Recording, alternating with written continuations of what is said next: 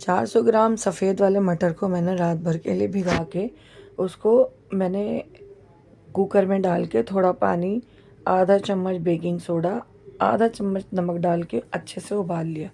जब तक वो गल नहीं गया, मटर को गल जाने के बाद तो मैंने उसे उसको एक अंदर पतीली में ट्रांसफ़र कर लिया। दिया।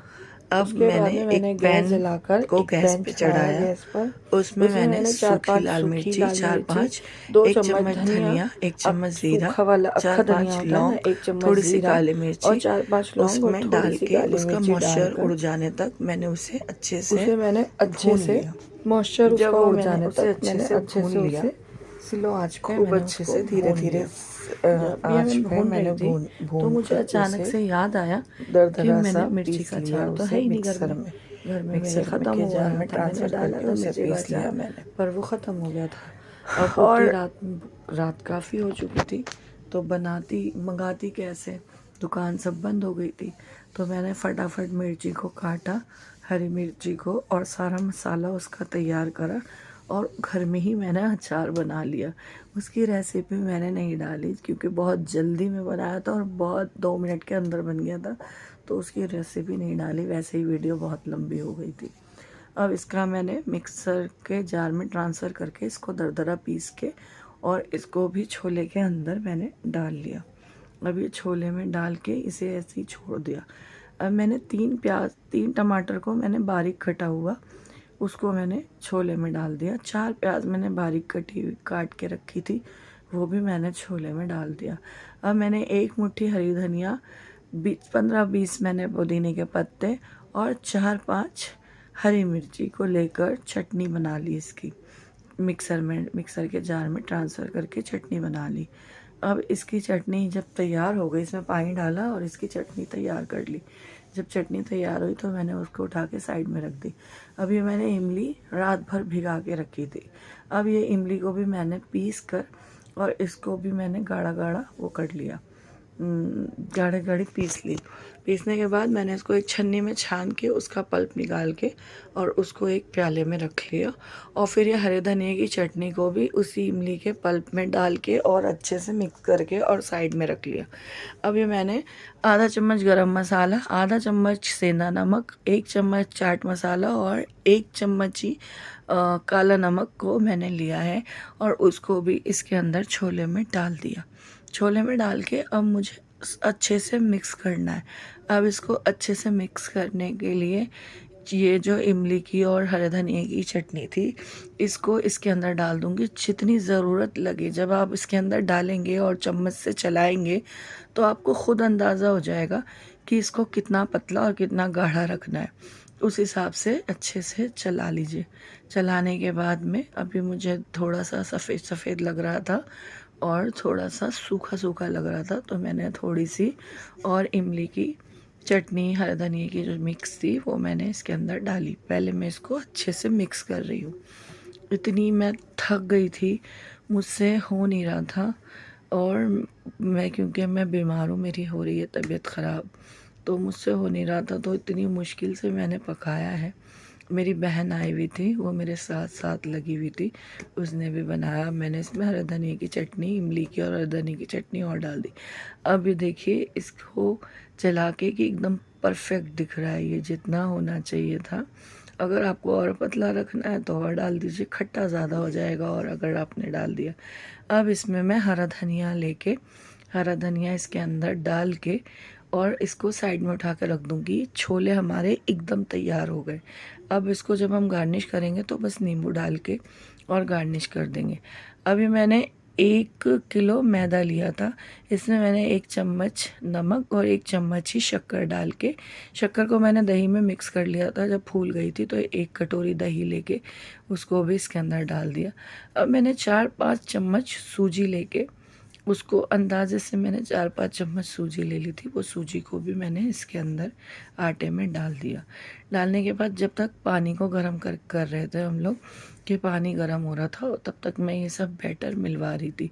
तो ये बेकिंग सोडा है, ये मैंने 1 चम्मच लिया, 1 चम्मच बेकिंग सोडा डाला। क्योंकि ईस्ट नहीं था मेरे पास, तो ईस्ट की जो कमी है ख़मीर उठाने के लिए, वो बेकिंग सोडा, बेकिंग पाउडर और दही पूरी करती है। अब ये मैंने बेकिंग पाउडर को 2 चम्मच लिया, 2 या 1.5 जो आपकी समझ में आए, लेकिन अगर 1 किलो आटा है तो 1 चम्मच से ज़्यादा लीजिएगा, और बेकिंग सोडे से डबल लिया जाता है, तो 2 चम्मच लिया है मैंने। अब ये आटा गूंद लिया हम लोगों ने, उसके बाद 2 घंटा आटे को खमीर उठने के लिए रख दिया था। अब उसके बाद ये लंबे लंबे भटूरे बेल लिए, लंबे लंबे भटूरे अच्छे से पतले पतले, और ज़्यादा पतले भी नहीं थे ज़्यादा मोटे भी नहीं थे, इसका टेक्सचर एकदम ठीक था। अब उसको बेल कर अब इसमें फ्राई पैन में बटर लगा के और उसको डाल दिया भटूरे को। उसके बाद में ऊपर से धनिया उसको अंदर ऊपर चिपका दिया। अब इसको थोड़ा सा जब पक गया वो पिछले तरफ से, तो पलट दिया। पलटने के बाद अब स्लो आंच पे धीरे धीरे धीरे धीरे इसको चम्मच से दबा दबा के इसको अच्छे से सेक लेंगे अंदर तक, ताकि अंदर से कच्चा ना रहे, क्योंकि इसके अंदर सोडा और वो पड़ा हुआ है और मैदा है, तो ये स्लो आंच पे ही धीरे धीरे धीरे धीरे पकेगा। अगर आप तेज़ आंच पे जल्दी जल्दी पकाएंगे तो ये ऊपर से पक जाएगा और अंदर से ये आटे जैसा रहेगा। तो इसे ऐसे स्लो स्लो स्लो स्लो इसको चम्मच से दबा दबा के बार बार पलट पलट के इसको पका लेंगे। अब इसको पकाने के बाद इसके ऊपर बटर को लेकर मैंने बटर इसके ऊपर डाल दिया, और बटर को दोनों तरफ से डाल के और अच्छे से उसको एक बार और पलट पलट के सेक लिया।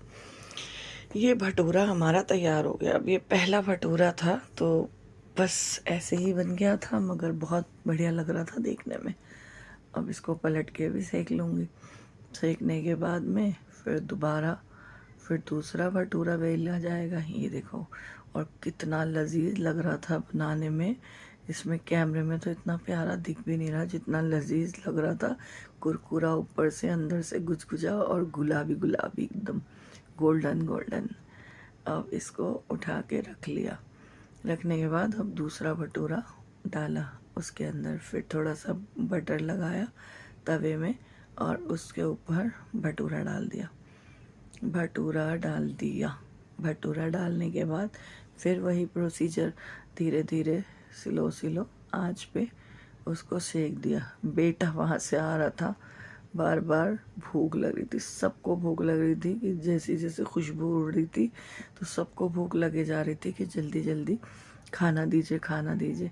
और इतना टेस्टी, इतना बढ़िया बना था कि ऐसा लग रहा था जैसे दुकान वाले भी क्या ही बनाएंगे, जो इतना मज़ेदार बन गया था। बहुत टेस्टी हो रहा था, सबको बढ़िया लगा, सबको मज़ेदार लगा। अगर इस तरीके से बनाएंगे तो एकदम परफेक्ट दिल्ली वाले छोले, जो रियल दिल्ली के छोले होते हैं, जो स्कूल टाइम में सबने खाए होंगे।